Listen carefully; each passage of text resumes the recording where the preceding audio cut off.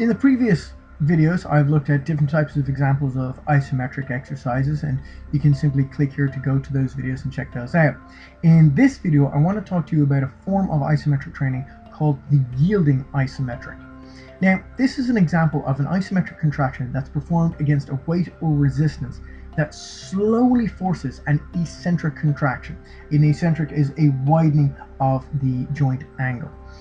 Now, this is resisted as much as possible to maintain the isometric contraction.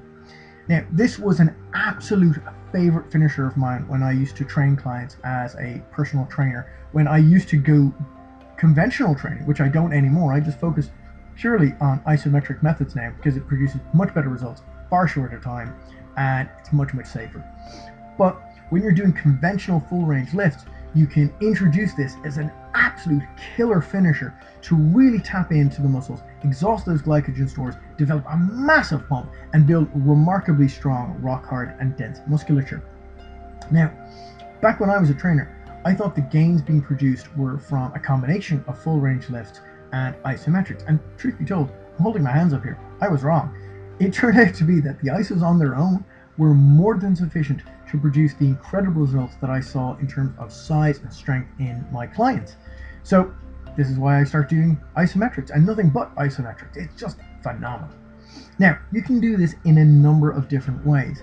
At the end of your workout, say on a bicep curl, you select the heaviest weight that you can hold at that 90-degree angle, and you hold it for as long as you can. Your muscles will fatigue and you've got to resist as hard as you can. Ultimately, you'll be unable to sustain that isometric contraction and you'll slowly begin to yield to the weight. And again, you're resisting the whole way down, and you can perform absolute killer eccentric ladders in this manner. So select the next lowest weight and simply repeat. Hold it at that 90-degree angle, and again, your muscles will begin to fatigue and you resist as hard as you can. Resist.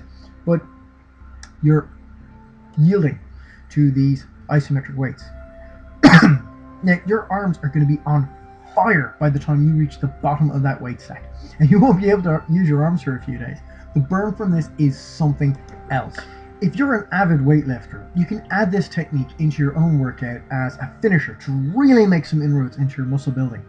This technique on its own has been shown to increase muscle volume and mass by 12.4% over the course of just 10 weeks.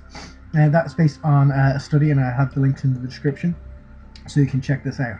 But this technique can also be used against gravity very effectively. For instance, maintaining a 90-degree angle of your elbow during a pull-up or chin-up, for example, which will neatly lead me into my next isometric contraction style and my next video. Isometrics for time and intensity. You can click here to see that video and check that out, and I hope you've enjoyed this isometric. Try it. It's going to kick your ass in the gym. It will produce some astonishing results. But for now, I'll leave you and we'll carry on in the next video.